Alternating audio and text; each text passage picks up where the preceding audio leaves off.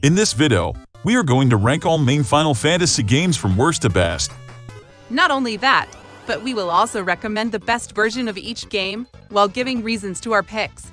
We personally don't think there is really a bad Final Fantasy game, but some are better than others. Kindly remember that this is just our opinion. We totally understand that not everyone will agree. Our gaming taste in general is attracted to games with artistic values like story, music, aesthetics, and game design.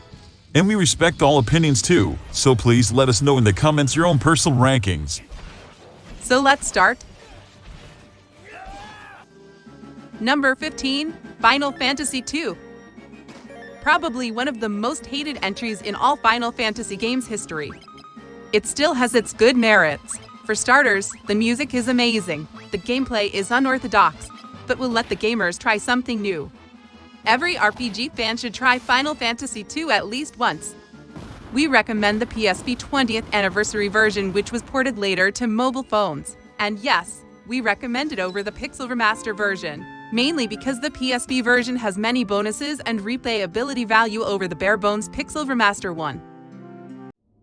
Number 14, Final Fantasy XI. The first venture into online gaming by Final Fantasy creators was indeed successful. We told you already, there are nearly no bad Final Fantasy games. The game is not as popular today as it was back when it was released, and there are better online games now. That is why its ranking is low. Even though it is online, it still had good lore and story. One of its creators is Masato Kato of Chrono Trigger, Chrono Cross, and Ninja Gaiden fame. Number 13, Final Fantasy I. Now we are talking about the first Final Fantasy. Is it good? Yes, it is a good RPG, but since its first release in 1987, many games in the series have surpassed it to the point they nearly make it obsolete. It is still worth playing though, at least for nostalgia considerations. It is a challenging RPG too. Pick the PSP Anniversary version or one of its ports. Number 12, Final Fantasy III. The best of the first three Final Fantasy games, but also the least of them to get ported until recently. This made good refinements to the jump system. Any fan of FF5 should give it a try. Yes, we know it is not the most engaging Final Fantasy when it comes to story. That is why we recommend the Pixel Remaster version and not the 3D one, as this game's story can do without 3D fancy graphics. Number 11, Final Fantasy XIII. The first HD entry. It is also the first with a female main protagonist, depending on who do you think is the main protagonist of FF6. This is a controversial title. However, since its first release it was able to gain more audience with time, and it is currently more likable than it was previously. We recommend the PC version, as this game's world needs the maximum graphics settings treatment to appreciate it fully. Number 10, Final Fantasy XV. Until the release of Final Fantasy XVI, this is currently the latest main game in the franchise. An ambitious title, a real-time action RPG dropping most of the menu-based gameplay of classic FF games, a move which upset some of the fans. However, we believe that this helped refresh the Final Fantasy formula. Any version of this game is okay to play, but you need to make sure you have all the DLC included, or you won't be experiencing the full game. And oh boy, that is a good mix of gameplay and narrative. Number 9, Final Fantasy V. Now this is a masterpiece from a gameplay point of view, but story-wise it is not that impressive. Don't get us wrong, this game has everything you need for a perfect RPG. One of the best job and turn-based battle systems ever made, musical beauty all around, interesting worlds to explore, some goofy gags to enjoy, and more. What this game lacks really is a deep story, compared to other more narrative-oriented titles at least. The characters are not as memorable in this title, and the many stereotypical elements do not help. But aside from that, this is one of the most enjoyable role-playing games ever. We recommend the Game Boy Advance version, as this has all the best bonuses. Number 8, Final Fantasy XII. A missed opportunity here. That game could have been one of the top 3 Final Fantasy games. The story has its ups and downs. The main protagonist was changed in the middle of development to become that annoying Vaughn, who does nearly nothing plot-wise. Moreover, Hironobu Sakaguchi, the creator of the franchise, left the company before this game was made. but it's still got its charms. Excessive grinding is not enough to finish 100% of this gem. Every single 3D model, texture, and animation are so polished. Seriously, the game still looks spectacular even after all these years. Away from Von and Penelo, the political themes of this game is targeting a more mature audience than other classic FF games. A good step indeed. We recommend the Zodiac Age version, but any version is really fine. Number 7. Final Fantasy IX. Many fans will hate giving it only the 7th rank. We totally understand, and we do appreciate that game. The game is like a classic Final Fantasy but with 3D graphics. Its unique fairy tale flavor gives it a Shakespearean feeling. Most Final Fantasy games have characters who can perform the same skills as others, but here every character comes with their own set of skills, which adds a lot to their design and character development. The soundtrack is phenomenal too. Some might argue it is the best Final Fantasy soundtrack ever, or at least of the top best. Also, the pre-rendered backgrounds were not as pretty before.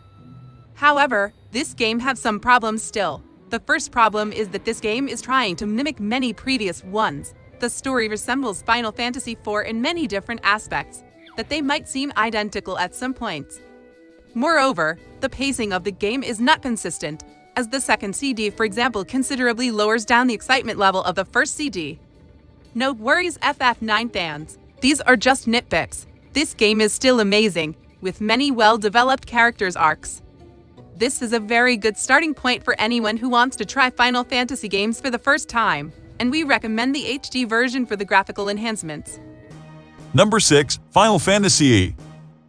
Some parts are so good, others are a bit questionable. This is another controversial title, but our opinion of this game is that the good parts outweigh the weird stuff.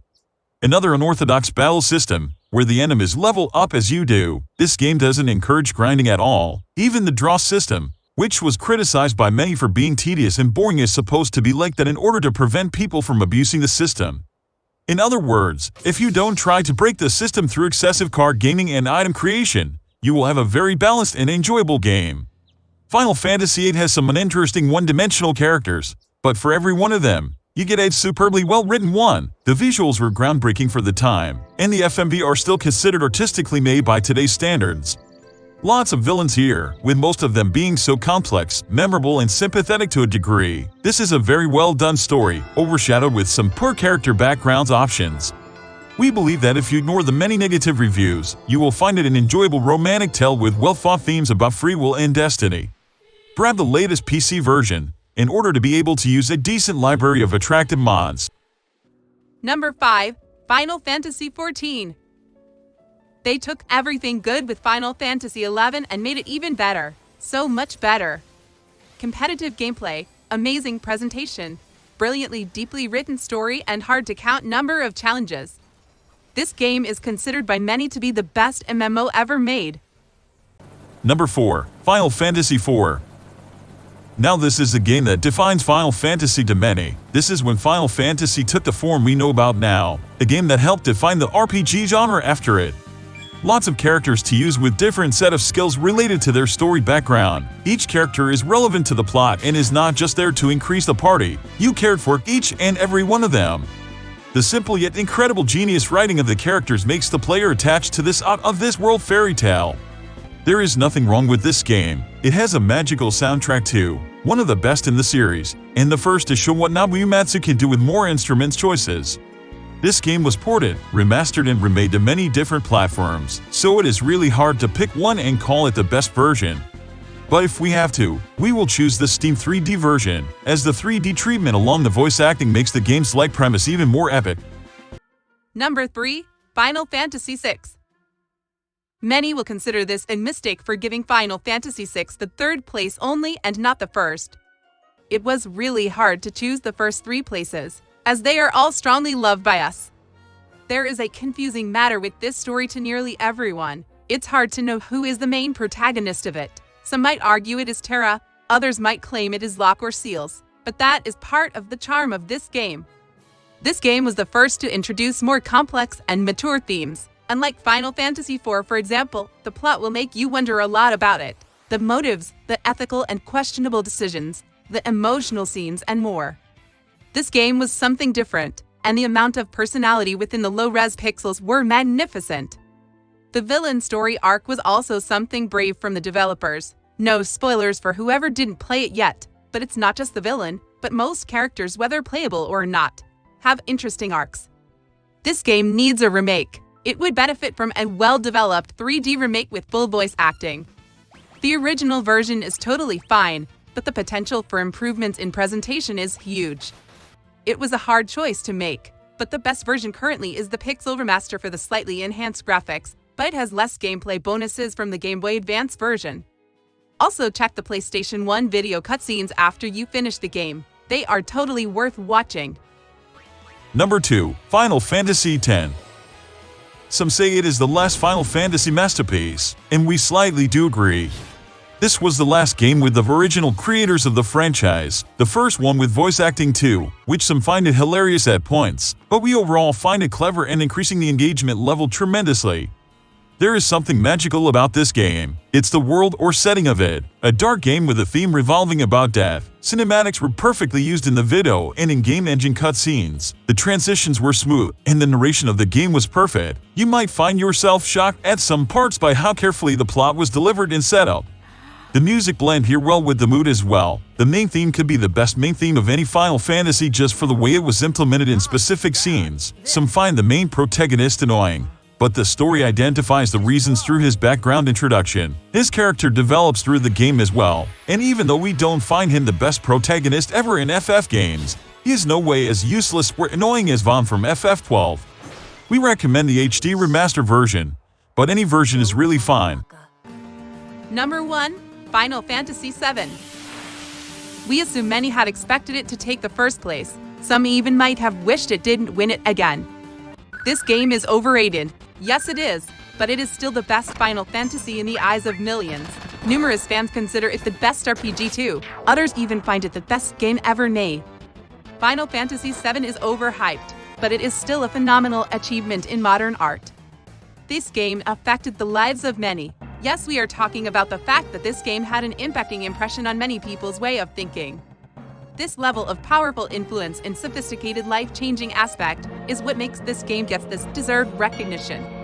There are thousands of reviews and analysis talking about the magnificence of this gem. Some of them are exaggerating, yes, so we will spare you even more exaggeration and will ask you to experience it by yourselves. We don't recommend the remake. It is good, yes, but it is not as good as the original. Just play the PS4, Switch, or Xbox One versions. Windows 10 version has some good graphical enhancing mods too, but try not to apply unnecessary ones.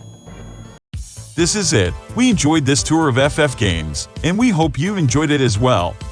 Please remember that our opinion doesn't have to matter. Everyone have their own lists and rankings. In any case, know that we all share the respect to this series. We kindly ask you to share this video with your Final Fantasy fans friends. It really helps the channel so much, as it doesn't have patrons at this moment. Liking and subscribing is also a generous act. Thank you all.